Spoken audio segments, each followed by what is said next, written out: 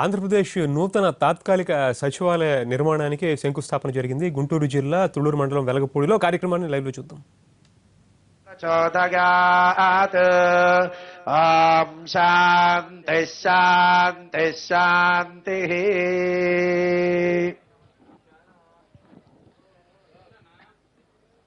Thank you very much, sir.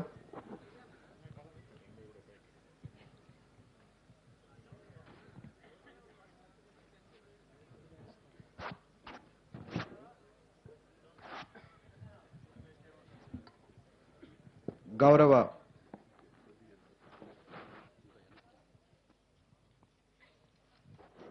ఈ పవిత్ర భూమికి మరి గౌరవ ముఖ్యమంత్రి గారు పూర్తిగా మరి వందనం చేస్తూ వారి యొక్క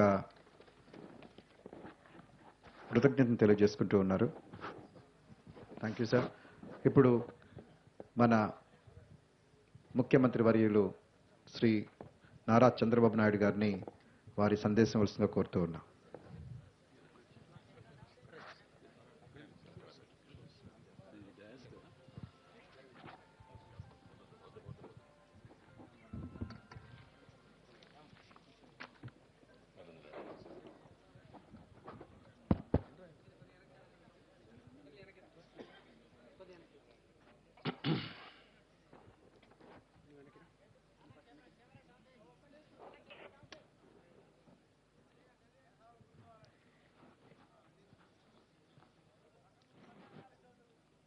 ఈ పవిత్ర కార్యక్రమంలో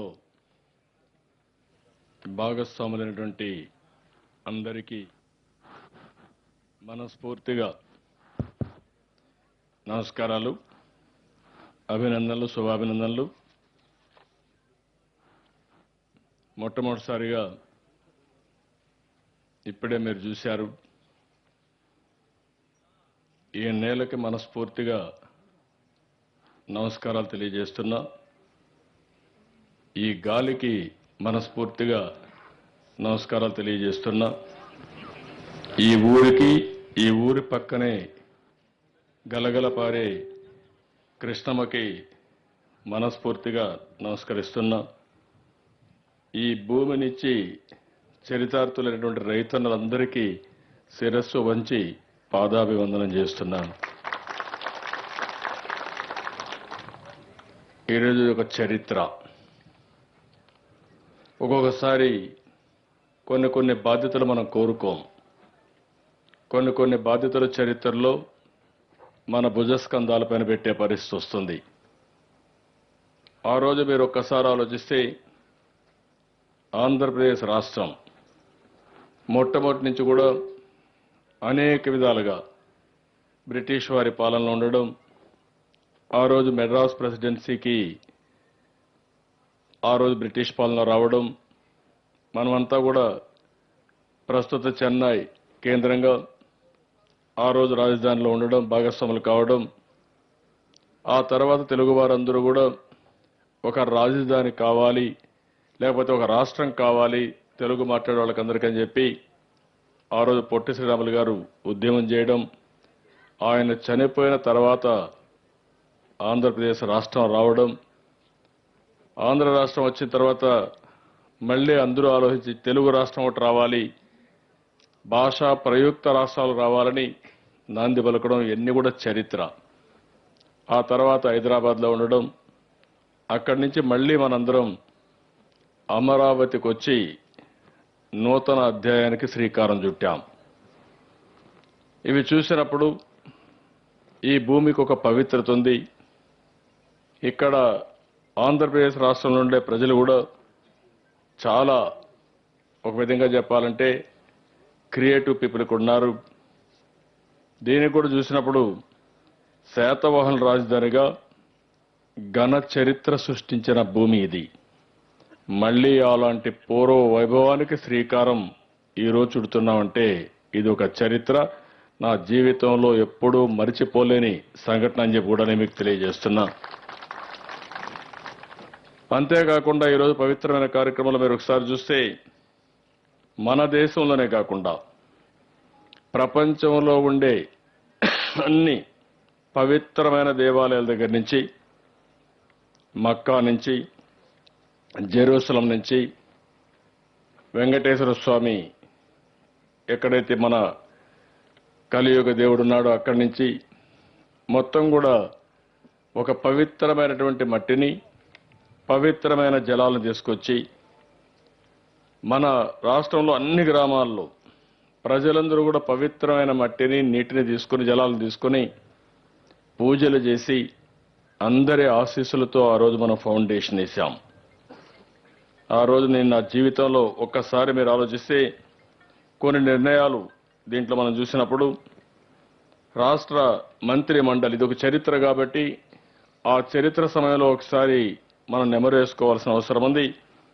2014 సెప్టెంబర్ 1న ఆ రోజు రాష్ట్ర మంత్రి మండలి సమావేశమై ప్రజా రాజధానికి శ్రీకారం చుట్టాలని ఆ రోజు నిర్ణయం చేయడం, అదే మాదిరిగా 2014 సెప్టెంబర్ 4న రాష్ట్ర అసెంబ్లీలో గుంటూరు కృష్ణా మధ్యనే రాజధాని నిర్మాణం చేయాలని చెప్పి నిర్ణయించడం. ఆ తర్వాత నా దగ్గర డబ్బులు లేవు, డబ్బులు లేకపోతే రాజధాని కట్టలేం, అయితే ఇబ్బందుల్లో ఉన్నాం, నా మీద నమ్మకం ఉంచి మీరు కూడా ముందుకు రండి, స్వచ్ఛందంగా ముందుకొచ్చి ల్యాండ్ పూలింగ్లో భూమి ఇవ్వండి, మీకు నష్టం లేకుండా చేసే బాధ్యత నేను తీసుకుంటానని ఒక పిలిపిస్తే మీరు స్పందించిన తీరు ప్రపంచంలో ప్రజాస్వామ్య దేశాల్లో ఎక్కడా చేయని విధంగా స్ఫూర్తినిచ్చారు. మీరందరూ ముందుకొచ్చారు. చాలా తక్కువ సమయంలో 33,000 ఎకరాలు భూమిని సమీకరించారంటే ఇది ఒక చరిత్ర అని చెప్పి కూడా మరొకసారి మీ అందరికీ తెలియజేస్తున్నాను. ఆ తర్వాత మీరు చూస్తే చాలా పేర్లు ఆలోచించాం. ఏ పేరు పెడితే బాగుంటుంది అనుకున్నాం. 2014 ఏప్రిల్ 1న రాజధాని పేరు అమరావతిగా నిర్ణయిస్తూ మంత్రిమండలిలో మనం నిర్ణయం చేశాం. అదే మరి జూన్ 8వ తారీఖున మీరు చూస్తే అమరావతి నిర్మాణానికి నేను వచ్చి భూమి పూజ చేశాను. ఆ తర్వాత అక్టోబర్ 22న మన ప్రధానమంత్రి నరేంద్ర మోడీ గారు వచ్చి శంకుస్థాపన చేశాం. ఈరోజు మీరు చూస్తే సచివాలయానికి మనం ఫౌండేషన్ వేసుకుంటున్నాం. ఈరోజు ఇక్కడ వేసింది ఒక మంచి, అంటే సచివాలయం కట్టినప్పుడు ఇది టెంపరరీ అని కొంతమంది మాట్లాడుతున్నారు. అంటే ఈరోజు టెంపరీగా చేయడానికి కొంతమంది కావాలని చెప్పచ్చు, లేకపోతే అవగాహన లేకపోతే చెప్పచ్చు. ఏది ఏమైనా ఇది తాత్కాలికమైనటువంటి బిల్డింగులు కాదు, ఇవి పర్మనెంట్ బిల్డింగులు. 1+8 కడుతున్నాం. అయితే ఈరోజు హైదరాబాద్ నుంచి పరిపాలన చేయడం కంటే ఈ భూమి నుంచే పరిపాలన జరగాలి, అప్పుడే న్యాయం చేయగలుగుతాం ఉద్దేశంతో మీరు చూస్తే చాలా రోజులు ఇప్పుడు నేను వచ్చాను. మొదటి రోజున నేను వచ్చినప్పుడు చూస్తే నాకు కూడా రూమ్ లేదు, కానీ ఆ రోజు నేను బస్సులోనే పడుకున్నాను. అక్కడి నుంచే పరిపాలన సాగించాం. తర్వాత అక్కడ మినీ సెక్రటరీ కట్టుకున్నాం. చాలా రోజుల నుంచి ఆలోచించాం ఏ విధంగా చేయాలని. ఇబ్బందులు అందరికీ ఉన్నాయి. రాజధాని ఏదైతే మనం అనుకున్నప్పుడు రాష్ట్రం ఏర్పాటు చేసినప్పుడే 1-2 ఇబ్బందులు కాదు, 60 సంవత్సరాలుగా చాలా మంది ఇక్కడి నుంచి వెళ్ళి హైదరాబాద్లో పనిచేశారు. ఉద్యోగస్తుల నుంచి అక్కడే ఉన్నారు, అక్కడ సొంత ఇళ్లు కట్టుకున్నారు, పిల్లలు చదువుకుంటున్నారు, కొంతమంది వ్యాపారాలు చేస్తున్నారు. ఉన్న పళంగా అన్ని వదులుకొని రావాలంటే చాలా కష్టమైన పని. కానీ చరిత్ర కూడా మనం ఒకసారి గుర్తుపెట్టుకోవాల్సిన అవసరం ఉంది. మనం ఇప్పటికే నష్టపోయాం, చాలా నష్టపోయాం. ఆ రోజు కూడా మీరందరూ కూడా పెద్ద ఎత్తున ఉద్యమం చేశారు. ఆ విషయం కూడా మీరు గుర్తుపెట్టుకోవాల్సిన అవసరం ఉంది. ఉద్యమం చేసిన ముఖ్యమైన ఉద్దేశం, మాకు ఆదాయం వచ్చే వనరులు లేవు, మా పిల్లలకు ఉద్యోగాలు కావాలంటే మేము ఎక్కడికి పోవాలి, చదువుకోవాలంటే కాలేజీలు లేవు, కట్టుబట్టలతో వస్తే ఏమైపోతామని ఒకరు కాదు మొత్తం 5 కోట్ల మంది ఆ రోజు ఆవేదన. ఇంకో మాటలో చెప్పాలంటే నిర్ణయం వచ్చిన తర్వాత మీరందరూ దిగులు పడిపోయారు, నిర్వీర్యం అయిపోయారు. ఏ విధంగా బాగుపడతామో, మనం ఏమవుతామని భయభ్రాంతులైన సందర్భం. అదే మరి విభజన చేసిన తీరు కూడా అందరినీ బాధ కలిగించింది. ఒక కుటుంబాన్ని విభజన చేసినప్పుడు, లేకపోతే 2 అన్నదమ్ములు కూడా వేరుపోవాలనుకున్నప్పుడు ఒక ధర్మాన్ని పాటిస్తాం. ఇద్దరికి ఆమోదయోగ్యమైన పరిష్కార మార్గం చూపించి అవసరమైతే ఏదైనా ఇబ్బందులుంటే అవి కూడా ఏ విధంగా అధిగమించాలనో వారికి చెప్పి ముందు తీసుకుపోతాం. అలాంటివి ఏమీ జరగలేదు. అక్కడి నుంచి మనం ప్రారంభమైంది. ఈరోజు మీరు చూస్తే అనేక ఇబ్బందుల్ని విభజన సమయంలో మన మనస్సు దెబ్బతినింది. విభజన తర్వాత కూడా మీరు అనుకున్నట్టు అన్ని విధాలు మనకేదో వనరులు కూడా లేవు, చాలా కష్టాలున్నాయి. కానీ అదే సమయంలో మీరు ఇంకో పక్క ఆలోచిస్తే కొంతమంది రాజకీయ నాయకులు కానీ కొంతమంది వ్యక్తులు కానీ ఎట్లా తోస్తే ఆ విధంగా మాట్లాడే పరిస్థితి కూడా వస్తున్నారు. మీరు ఆ విషయం కూడా ఒకసారి గుర్తుపెట్టుకోవాల్సిన అవసరం ఉంది. నేను ఆ రోజు ఒకటి ఆలోచించాను. రాజధాని నిర్మాణం కావాలని మనం కోరుకోలేదు, కానీ రాజధాని నిర్మాణం చేయాలి, చేసుకోవాలని మన నెత్తిన పెట్టారు. అలాంటి సమయంలో నేను ఆలోచించింది, ఒక సంక్షోభాన్ని ఒక అవకాశంగా తీసుకుని ఎవరైతే ఇలాంటి విభజన చేసి మనల్ని ఇబ్బంది పెట్టారో వాళ్ళు కూడా అసూయపడేట్టుగా బాధపడేట్టుగా మనం చేసి నిరూపించాలనే ఉద్దేశంతోనే ఈ రాజధానిని ప్రపంచంలోనే టాప్ 10లో ఒక రాజధానిగా ఉండేట్టుగా, మేటైన రాజధానిగా ఉండేట్టుగా చేయాలని నేను సంకల్పించాను. అది సంకల్పం మాత్రం. సంకల్పం చాలా మంది చేస్తూ ఉంటాం, అది కొంతమందే సాధిస్తూ ఉంటాం. నేను సంకల్పం చేసిన తర్వాత ఒక పిలిపిచ్చాను, అది మొదటి విజయం. నా పిలుపును నమ్మి మీరు ఒకటే ఆలోచించారు, ఈ రాజధాని నేను చెప్పినట్టు వస్తే మీకు ఏదైతే అభివృద్ధి చేసిన తర్వాత తిరిగి భూమి ఇస్తామో దాని విలువ పెరుగుతుందని మీరు నమ్మారు. అందుకని అందరూ ఆశ్చర్యపోతున్నారు. నిన్న కూడా నేను ముంబై వెళితే మేక్ ఇన్ ఇండియా ప్రోగ్రాంకి వెళ్తే అందరూ ఈ విషయం మాట్లాడే పరిస్థితికి వచ్చారు. అదేవిధంగా ఇంకొక పక్కన మీరు ఆలోచిస్తే ఒక విశ్వసనీయత ఒక్కరోజు రాదు. ఆ విషయం కూడా మీరు గుర్తుపెట్టుకోవాల్సిన అవసరం ఉంది. ఒక వ్యక్తి విశ్వసనీయత పెంచుకోవాలంటే కొంతమంది జీవితాంతం పనిచేస్తూ ఉంటారు, కొంతమంది కొన్ని ఏళ్లు పనిచేస్తే తప్ప ఆ నమ్మకం రాదు. నేను రాజధాని కట్టాలనుకున్నప్పుడు వరల్డ్ క్లాస్ రాజధాని కట్టాలంటే ఏం చేయాలని ఆలోచించి నాకు మొట్టమొదటి గుర్తొచ్చింది సింగపూర్ గుర్తొచ్చింది. నేను సింగపూర్కి వెళ్ళి ఆ ప్రభుత్వాన్ని రిక్వెస్ట్ చేశాను, నా దగ్గర డబ్బులు లేవు, కానీ డబ్బులు ఇచ్చి మళ్ళా కన్సల్టెన్సీ పెట్టుకోవాలంటే సమయం అవుతుంది. మీరు ఆలోచించి సింగపూర్ ప్రభుత్వం తరపున నాకు మాస్టర్ ప్లాన్ డీటెయిల్స్ తయారు చేయించమంటే 1 వారంలో నిర్ణయం తీసుకుని నెల లోపల కేబినెట్ నిర్ణయం చేసి ఆ దేశంలో కేబినెట్ నిర్ణయం చేసి ఎంఓయూ చేశారంటే అది ఆ దేశానికి మన మీద ఉండే నమ్మకం. అది జయప్రదమైందంటే ఆ దేశ ప్రధాని సహా అందరూ సహకరించారు. ఇప్పుడే మిత్రులు ఒక మాట్లాడుతున్నారు, మేమైతే జీవితంలో సింగపూర్ చూడలేదు, సింగపూర్ ఒక ఆదర్శమైన సిటీ అంటున్నారు, మమ్మల్ని కూడా పంపించిన రైతులని చెప్పి అడిగే పరిస్థితికి వచ్చారంటే ఆ దేశానికి ఉండే పేరు, అక్కడ జరిగిన అభివృద్ధి కారణం తప్ప ఇంకోటి కాదు. అదేవిధంగా ఇంకో పక్కన మనం ఒకసారి ఆలోచించినప్పుడు నేను చాలా విషయాలు చూస్తున్నాను.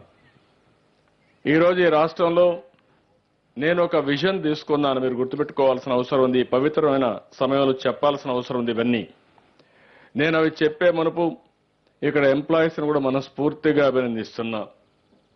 నన్ను అర్థం చేసుకున్నారు, రాష్ట్ర పరిస్థితి అర్థం చేసుకున్నారు.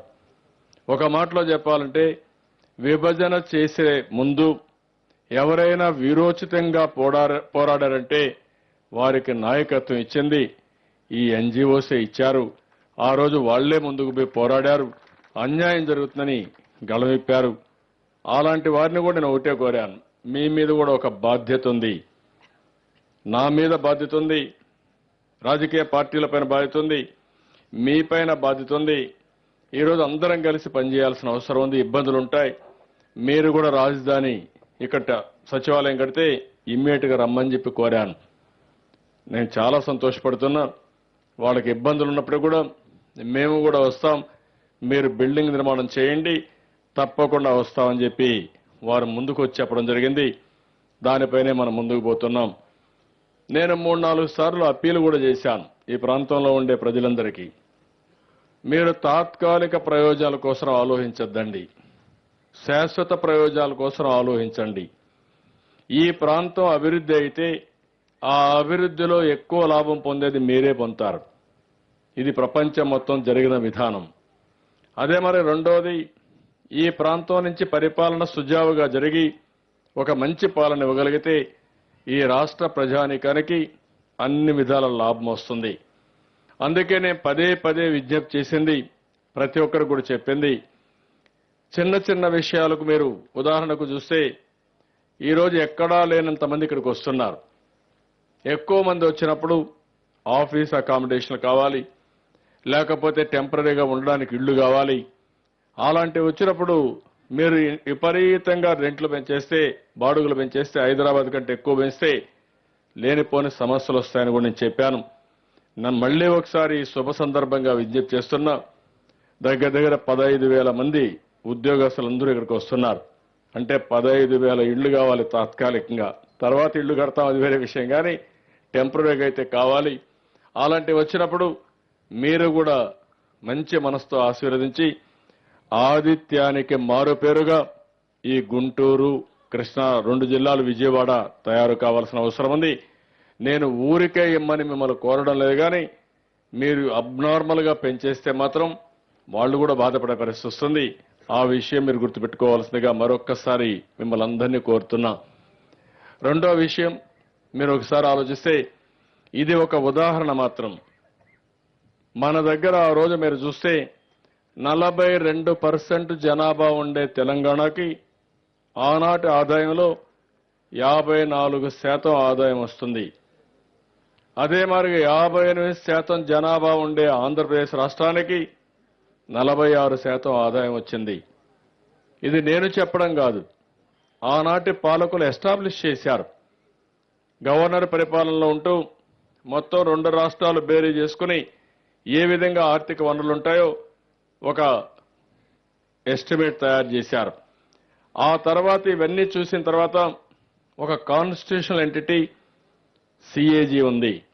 భారతదేశంలో అకౌంట్స్ అన్ని వాళ్లే చూస్తారు. రాష్ట్రాల్లో, దేశంలో డిపార్ట్మెంట్స్ అన్ని కూడా వాళ్లే చూస్తారు. వాళ్ళు కూడా ఎస్టాబ్లిష్ చేసి పెట్టారు. అదే సమయంలో ఒక ఫైనాన్స్ కమిషన్ వేశారు.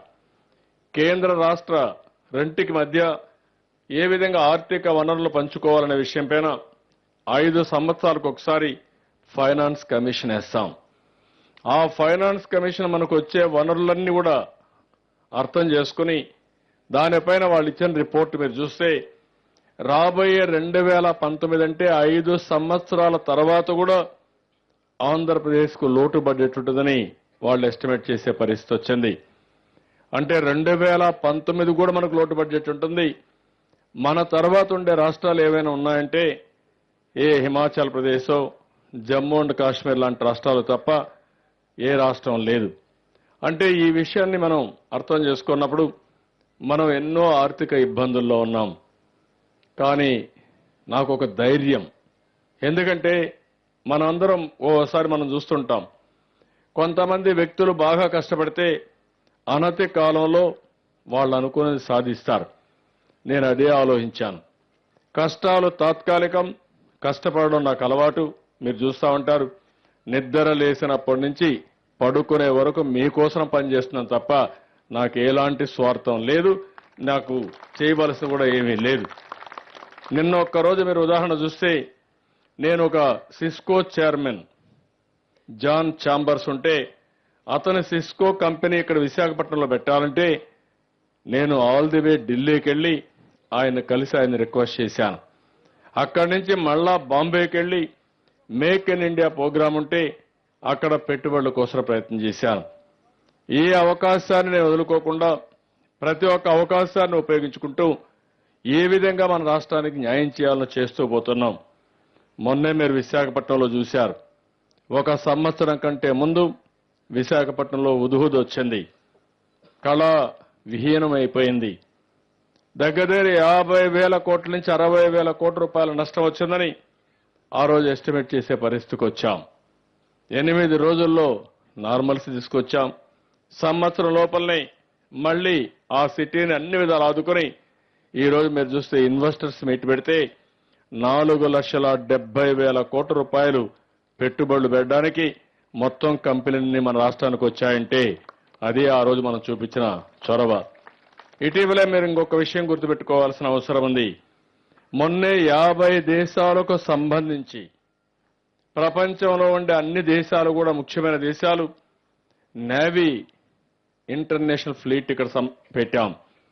అందులో అమెరికా వచ్చింది, అదే మరి ఆస్ట్రేలియా వచ్చింది, Russia, China, Japan, France, UK, ఒకప్పుడు మనలో పరిపాలించిన ఇంగ్లాండ్ కూడా నిన్న విశాఖపట్నంకు వచ్చి వాళ్ళ నేవీ ఫోర్స్ తీసుకొచ్చి మొత్తం విశాఖపట్నంలో ఉండే ఆర్కే బీచ్ రోడ్లో ఒక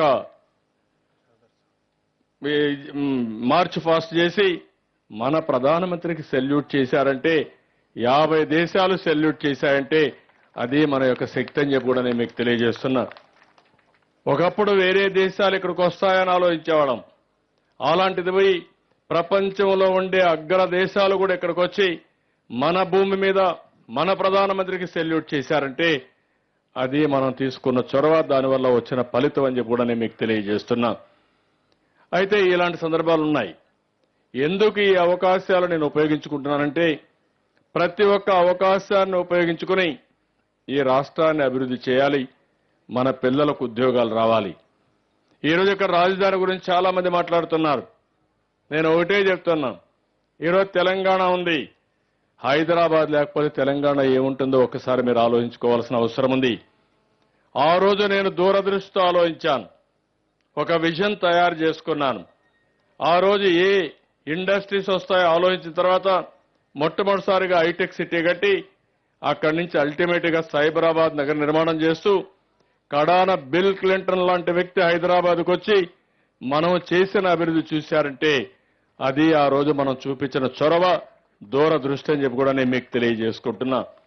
రాష్ట్రంలో ఉండే ప్రజానికానికి ఒకటే కోరుతున్నా, ఈరోజు నేను పవిత్రమైన భావంతో ఇక్కడ పూజలు చేశాను. ఈరోజు ఇక్కడ రాజధాని సచివాలయం ఇక్కడ కట్టుకుంటున్నాం. ఈ తాత్కాలిక రాజధాని కాదు, ఆ విషయం గుర్తుపెట్టుకోవాలి. హైదరాబాద్ నుంచి మొట్టమొదటిసారిగా అమరావతిలో ఏర్పాటు చేసుకున్నటువంటి పరిపాలన కోసం ఏర్పాటు చేసుకున్న రాజధాని తప్ప ఇంకోటి కాదు. అయితే మనం కట్టుకోవాలని రాజధాని బ్రహ్మాండంగా ఉండాలనుకున్నాం. ఒక సచివాలయం, ఒక అసెంబ్లీ, ఒక హైకోర్టు, లేదా డిపార్ట్మెంట్స్ అన్ని కూడా ఒకేసారి కడుతున్నాం కాబట్టి బెస్ట్ బిల్డింగ్స్ కట్టాలనుకుంటున్నాం. దీనికి మనం మన దేశంలో కానీ ప్రపంచంలో ఉండే మంచి కన్సల్టెంట్స్ ని, ఆర్కిటెక్ట్స్ ని పెట్టుకుంటున్నాం. అదే మరి అది వచ్చే లోపల హైదరాబాద్ నుంచి పరిపాలన కాకుండా ఇక్కడ మనం రాజధాని ఇక్కడ కట్టుకున్న పర్మనెంట్ స్ట్రక్చర్ కడుతున్నాం. 1+8 కడుతున్నాం. రేపు రాబోయే రోజుల్లో ఈ బిల్డింగ్ ఇంకొక దానికి ఉపయోగించుకుంటాం.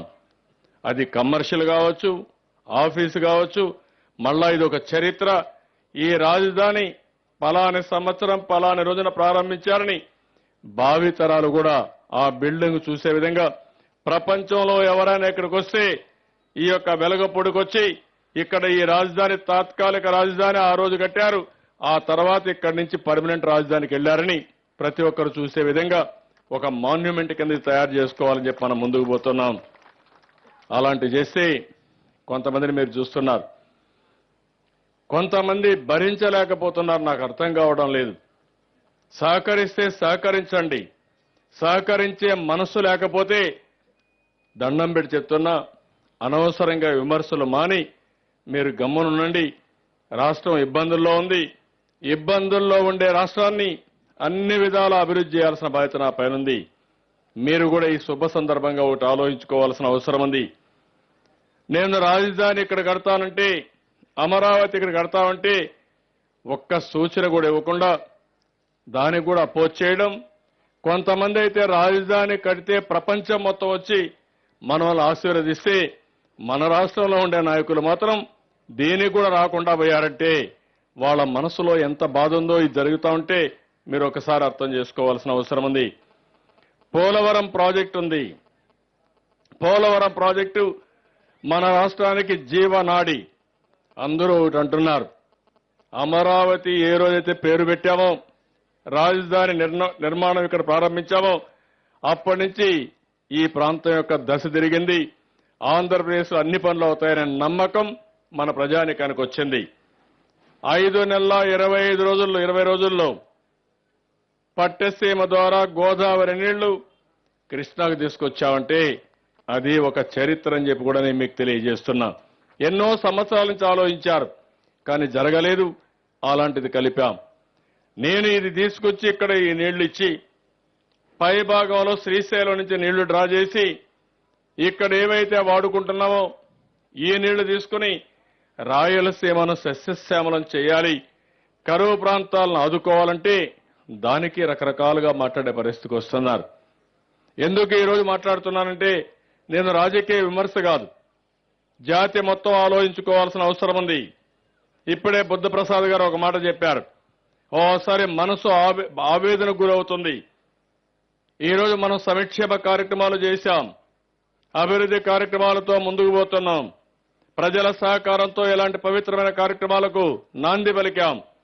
అదే సమయంలో మీరు ఒక్కసారి చూస్తే ఇటీవల కాలంలో కులాల పేరుతో, మతాల పేరుతో, ప్రాంతాల పేరుతో విద్వేషాలు రెచ్చగొట్టే పరిస్థితి కూడా తీసుకొస్తున్నారు. అదే బాధ కలుగుతుంది. ఇవన్నీ పోకపోతే ఎక్కడ అరాచకం ఉంటుందో అక్కడ అభివృద్ధి ఉండదు, ఎక్కడ అభివృద్ధి ఉండదో అక్కడ అన్ని కూడా క్షీణించిపోతాయి. లా అండ్ ఆర్డర్ ఉండదు, పరిస్థితులు అధ్వానంగా ఉంటాయి, లేకుంటే మనం అభివృద్ధి కూడా కాలేం. ఈరోజు మానవ ప్రపంచం మీరు చూస్తామంటే టెక్నాలజీ వచ్చిన తర్వాత ప్రపంచం మొత్తం అభివృద్ధి అయి బ్రహ్మాండంగా ముందుకు పోయే సమయం వచ్చింది. కానీ మన దేశంలో మీరు చూస్తే ఇన్ని సంవత్సరాలు అనుకున్న ప్రగతిని మనం అందుకోలేకపోయాం. అయితే ఈరోజు ప్రపంచంలో ఉండే అన్ని దేశాల కంటే మన దేశానికి కొన్ని అదనంగా వనరులు ఉన్నాయి. అందులో ప్రధానంగా ఉండే వనరులు జనాభా. ఒకప్పుడు మీరందరూ అనుకున్న వాళ్ళు జనాభా అంటే నష్టమని, భారమని.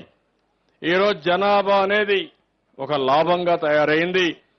ఈరోజు కొన్ని దేశాల్లో జనాభా తగ్గిపోతా ఉంది. మీరు చైనాకు పోతే ముసలవాళ్ల సంఖ్య పెరిగింది, జపాన్కు పోతే ముసలవాళ్ల సంఖ్య పెరిగింది, యూరోప్కు పోతే ముసలివాళ్లు ఎక్కువైపోయే పరిస్థితికి వచ్చారంట. ఆ దేశమే ఏజింగ్ సమస్యల్లో సతమతం అవుతా ఉంది.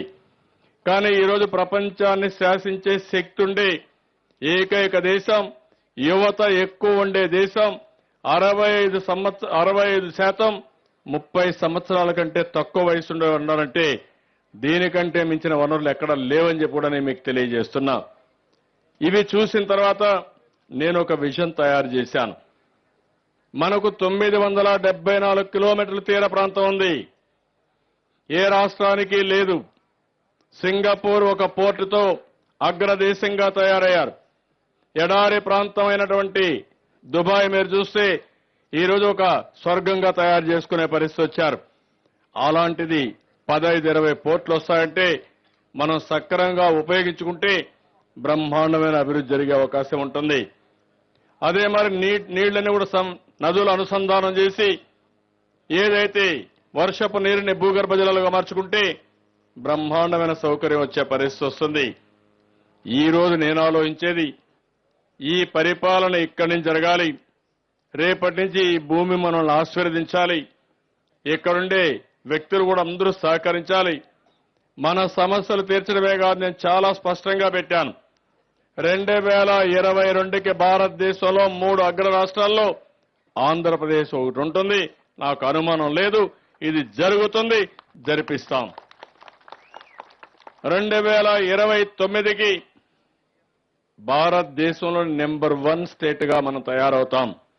అది తలసరి ఆదాయం కావచ్చు, ప్రజల హ్యాపీనెస్ కావచ్చు, మీ యొక్క జీవన ప్రమాణాలు కావచ్చు, మెరుగైన వాతావరణం కానీ అన్ని వనరుల్లో మనం ముందుండే పరిస్థితి వస్తుంది.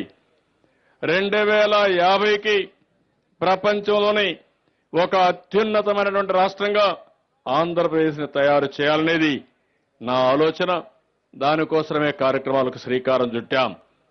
అదే సమయంలో మీ సహకారం, రాష్ట్రంలో ఉండే 5 కోట్ల మంది సహకారం అవసరం. తెలుగు జాతి ఒక్కసారి మనం ఆలోచించుకుంటే ఇలాంటి శుభ సందర్భంలో నందమూరి తారక రామారావు గారిని కూడా ఒక్కసారి గుర్తు తెచ్చుకోవాల్సిన అవసరం ఉంది. ఆ మహానుభావుడు రాజకీయం కోసం పార్టీ పెట్టలేదు, అధికారం కోసం పార్టీ పెట్టలేదు. తెలుగు జాతి గౌరవం కోసం, పేద ప్రజల అభివృద్ధి కోసం ఆత్మ గౌరవ నినాదంతో పెట్టిన పార్టీ తెలుగుదేశం పార్టీ. అలాంటి పార్టీ ఈరోజు మేము ఆలోచించేది. ఈరోజు అమరావతి మన రాజధాని ఫౌండేషన్ వేశాం. ప్రపంచం మొత్తం మాట్లాడుతున్నారు. రేపు మనం అనుకున్న రీతిలో ఇది కట్టగలిగితే ప్రపంచం మొత్తం ఆనందపడే పరిస్థితి వస్తుంది. నిన్న మొన్న నేను చూస్తున్నా, మీరందరూ భూమి ఇచ్చారు, ఒక్క పైసా నేను మీకు ఇవ్వలేదు. ఓన్లీ మీకు ఇచ్చింది యాన్యుటీ కింద కొంత డబ్బులు ఇస్తున్నాం తప్ప ఇంకోటి కాదు. కొంతమంది అంటారు ఎక్కడో అమ్మి ఆ డబ్బులు తీసుకొచ్చి ఇక్కడ ఖర్చు పెట్టేశారని. అంటే ఎంత దుర్మార్గమైన ప్రచారాలు చేస్తున్నారంటే ఒక హద్దు ఆపు లేకుండా ప్రచారం చేసే పరిస్థితి వస్తా ఉంది. ప్రజల్ని మభ్యపెట్టాలని, వక్రీకరించి చెప్పాలని, ఏదైతే ఎక్కడికక్కడ ఒక కలుషితమైన వాతావరణాన్ని సృష్టించి ఆ కలుషితమైన వాతావరణంతో ప్రజల్ని మభ్యపెట్టాలని, లేకుంటే మనం అనుకున్న లక్ష్యాలను నెరవేర్చకుండా ఏ విధంగా చేయాలో చేసే పరిస్థితికి వస్తున్నారు. నేను రాష్ట్రంలో ఉండే 5 కోట్ల మంది ఒకటే కోరుతున్నా, ఈ రోజు ఇక్కడ అమరావతి వస్తుందంటే దీని ఫలితాలు ఈ రాష్ట్రానికి మొత్తానికి రావాలని, అన్ని ప్రాంతాలు సమగ్రంగా అభివృద్ధి కావాలని, అన్ని ప్రాంతాలని డీసెంట్రలైజేషన్ లో అన్ని ప్రాంతాలని ఒక జిల్లాని కాదు అన్ని జిల్లాల్ని సమగ్రంగా అభివృద్ధి చేసే బాధ్యత, సంపూర్ణంగా అభివృద్ధి చేసే బాధ్యత ఈ ప్రభుత్వం తీసుకుంటాం. ఇంకో పక్క అన్ని కులాలు అన్ని మతాలు ఆనందంగా ఉండవలసిన అవసరం ఉంది. పేదవాళ్ళు ఎక్కడుంటే అక్కడ ఈ పరిపాలన ఉంటుంది. నాకు 2 కులాలు, ఒకటి పేదల కులం, రెండోది డబ్బులున్న కులం. తప్ప డబ్బులున్న కులానికి నేను చేయాల్సిన అవసరం లేదు. వాళ్ళ తెలివితేటలతో వాళ్ళు ముందుకు పోతారు. నేను రాత్రింబగుళ్ళు ఆలోచించేది ఈ పేదవాళ్ళ కోసం ఆలోచిస్తున్నా, పేదరికం గురించి ఆలోచిస్తున్నా, పేద కులం గురించి ఆలోచిస్తాను తప్ప ఇంకోటి కాదని చెప్పి కూడా నేను మీకు తెలియజేస్తున్నా. అదేవిధంగా ఇంకో పక్క మనం ఆలోచించాల్సింది, కొంతమంది ఎవరైతే మతాన్ని విశ్వసిస్తారో వాళ్ళు కూడా గుర్తుపెట్టుకోవాల్సిన అవసరం ఉంది. మత సామరస్యాన్ని కాపాడుకోవాలి, ఒకరినొకరు గౌరవించాలి, అందరం కలిసి ముందుకు పోవాలి.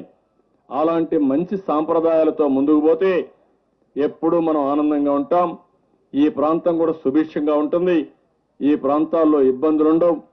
అందుకే మనం గుర్తుపెట్టుకోవాల్సిన అవసరం. ఇప్పుడు నేను చూశాను మా తమ్ముడిని, మనం వచ్చాం, ఒక తమ్ముడు ఆవేశంగా వచ్చాడు, మేము భూమి ఇచ్చాం, భూమి ఇస్తే మమ్మల్ని రానియకుండా మీరు చేయడం ఏంటి, మేము కూడా చూడాలి కదా అని బాధపడ్డాడు. ఆ బాధలో తప్పకుండా న్యాయం ఉంది. అదే సమయంలో ఇక్కడుండే అడ్మినిస్ట్రేటర్స్ ఆలోచించింది, ఇక్కడ అందరూ మంత్రులు వచ్చారు, వీళ్ళు రేపటి నుంచి ఇక్కడి నుంచే పరిపాలన చేయాలి, ఉద్యోగస్తులు వచ్చారు, వాళ్ళు కూడా పరిపాలించాలి, వాళ్ళు కూడా పనిచేయాలి, వాళ్ళు కూడా ఇక్కడ వచ్చి అక్షంతలు వేస్తే వాళ్ళకు తృప్తుడిని ఇక్కడ ఆలోచించారు. ఈ రెంటి మధ్య సమన్వయం చేయడం ఎంత ముఖ్యమో మీరు ఒక్కసారి ఇది సంఘటనే ఒకసారి గుర్తుపెట్టుకోవాల్సిన అవసరం ఉంది. ఆ బాధే నేను ఆలోచిస్తున్నా. మీరు మంచి మనసుతో చేశారు ఇక్కడ, కానీ రాష్ట్రంలో కొంతమంది 24 గంటలు నన్ను ఏ విధంగా ఇబ్బంది పెట్టాలనో, అభివృద్ధిని ఎట్లా అడ్డుకోవాలనో రాత్రింబగుళ్ళు కుట్రలు పంతున్నారు, కుతంత్రాలు చేస్తున్నారు. 35 సంవత్సరాలుగా రాజకీయాల్లో ఉన్నాను కానీ ఎప్పుడు కూడా ఎలాంటి రాజకీయ వ్యవస్థను కానీ వ్యక్తులు నేను ఎప్పుడు చూడలేదు. అలాంటివి కూడా ఉన్నాయి. ఏది ఏమైనా నా బలం మీ ఆశీస్సులు. ఈరోజు ఒక చరిత్ర, తప్పకుండా జూన్ 15 నుంచి ఇక్కడి నుంచే పరిపాలన ప్రారంభమవుతుంది. ప్రతిరోజు నేను ఇక్కడికే వస్తా, ఇక్కడి నుంచే పరిపాలన చేస్తా, ఈ భూమి నుంచి పరిపాలన చేస్తా. ఈ భూమి మహత్యం చాలా గొప్పది, నాకు అనుమానం లేదు. నేను పూర్తిగా విశ్వసిస్తున్నా. ఇంత పవిత్రమైన భూమి, పక్కనే గోదావరి, ఆ పక్కన గోదావరి, ఇప్పుడు కూడా ఇది గోదావరి కూడా వచ్చేసింది మన కృష్ణాలోకి. గోదావరి తల్లి నిండు మనసుతో ఆశీర్వదించి మొన్నే పుష్కరాల సందర్భంలో ప్రార్థించా, రాష్ట్రాన్ని సస్యశ్యామలంగా ఉంచమని ఆశీర్వదించమని కోరితే 5.5 నెలల్లోనే ఈరోజు గోదావరి నది కృష్ణా నదితో కలిసి పవిత్ర అనుసంధానానికి రూపకల్పన చేశాం. రేపు ఇక్కడి నుంచి నేరుగా పెన్నాకు తీసుకెళ్తాం.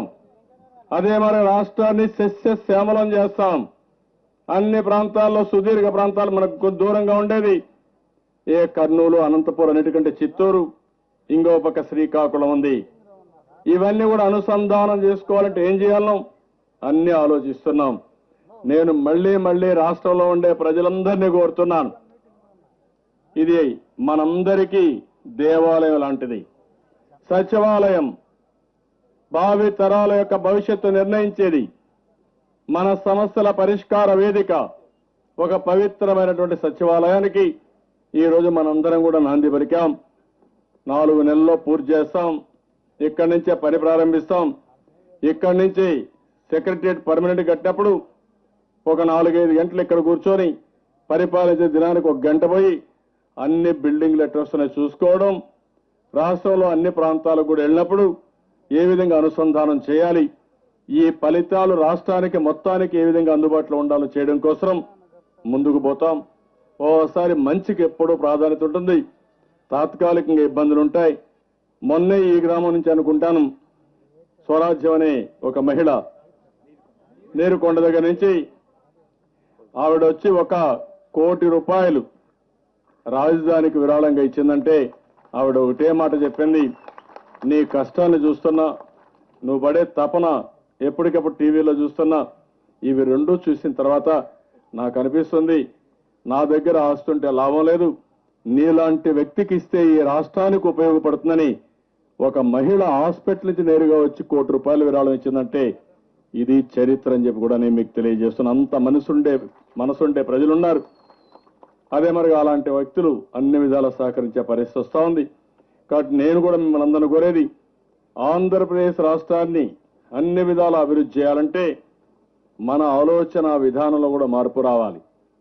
తాత్కాలికమైన ప్రయోజనాల కోసం లేనిపోని లా అండ్ ఆర్డర్ సమస్యలు కానీ, కులాల మధ్య, మతాల మధ్య, ప్రాంతాల మధ్య చిచ్చువేయడం కానీ, లేకపోతే రౌడీయిజం ఇలాంటివి చేస్తే వచ్చేవాళ్ళు కూడా ఇక్కడ రాకుండా పోయే పరిస్థితి వస్తుంది.